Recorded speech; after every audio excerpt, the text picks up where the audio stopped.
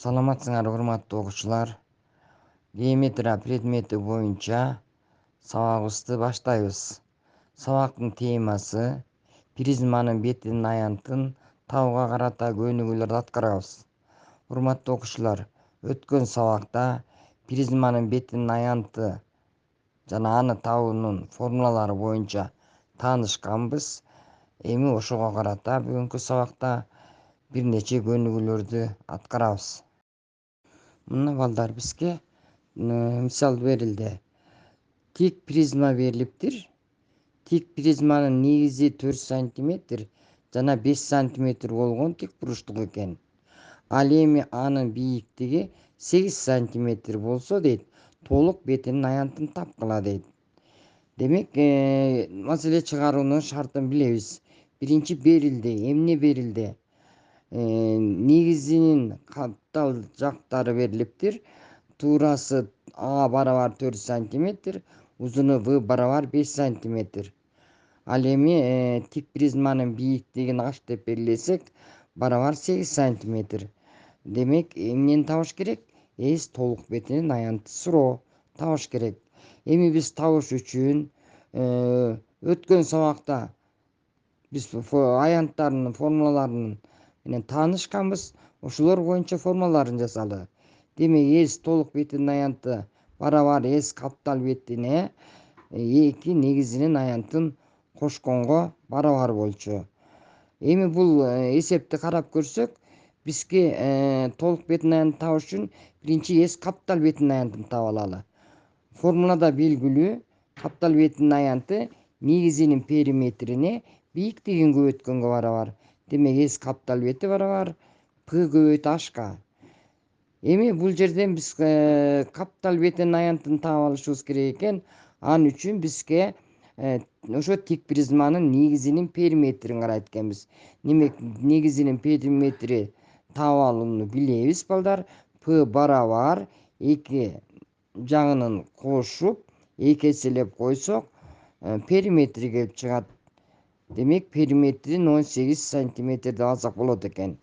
Эми эс каптал бетинин аянтын табыш үчүн ошол периметрине бийиктигин көбөйтөбүз.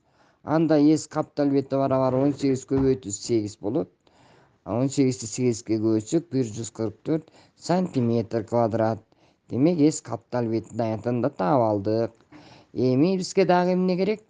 Негизинин аянты керек. Эс негизинин аянты барабар узуну менен туурасын көбөйткөнгө, демек 4 көбөйтүү 5 барабар 20 сантиметр квадрат. Эми жыйынтыктап биз эс толук бетинин аянтынын табуунун формуласын ордуна коебуз. Демек, эс каптал бети белгилүү болчу 144 сантиметр квадрат, кошу 2 көбөйтүү 20 сантиметр квадрат. Демек, негизинин аянтынан экөө болгондуктан 2 көбөйтүп атабыз.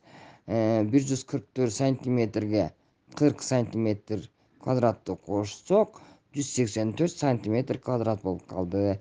Демек, биздин берилген эсебибизде толук бетинин аянтын таптык. Толук бетинин аянты 184 сантиметр квадрат болду. Тик призманын негизи берилиптир.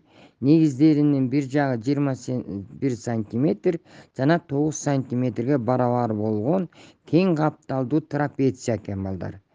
Демек, призманын бийиктиги да белгилүү экен 8 сантиметрге барабар.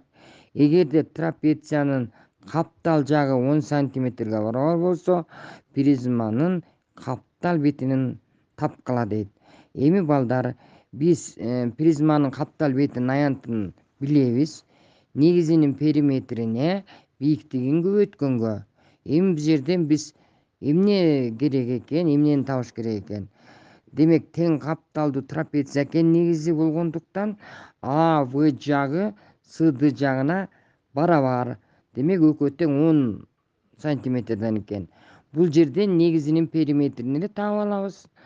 Демек, анда P барабар 10 сантиметр кошу 21 сантиметр кошу 10 сантиметр кошу 9 сантиметр. Сүрөттү карап көрсөңөр, демек, периметри, негизинин периметри 50 сантиметрге барабар экенин билдик.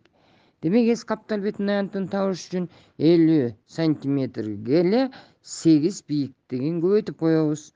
Демек анда 400 сантиметр квадрат. Демек биздин берилген эсебибиздин каптал бетинин аянты 400 сантиметр квадратка барабар экендигин. Эми балдар кийинки дагы көнүгүүлөрдөн карап көрөлү. Бизге куб берилиптир.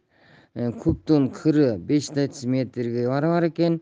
Демек толук бетинин аянтын тапкыла дейт. Демек биз билебиз, кубтун кырларынын баары бири-бирине барабар, андан тышкары грандары барабар экендигин билебиз. Биз ошонун негизинде бир гранынын аянтын таап алалы. Демек эс барабар 5 дециметр көбөйтүү 5 дециметрге көбөйтөбүз дагы барабар 25 дециметр квадрат болуп калды. Демек бир гранынын аянтын таптык балдар, 25 дециметр квадратка экен. Эми кубтун 6 граны бар. Демек 6 гранын билебиз. Ошондо толук бетинин аянтын табыш үчүн 1 гранынын аянтын 6га көбөйтүп койсок эле толук бетинин аянты келип чыгат. Демек 25 дециметр квадратка 6-ны көбөйтөбүз. Барабар 150 дециметр квадрат болот. Демек биз издеген эс толук бетинин аянты 150 дециметр квадратка барабар экен.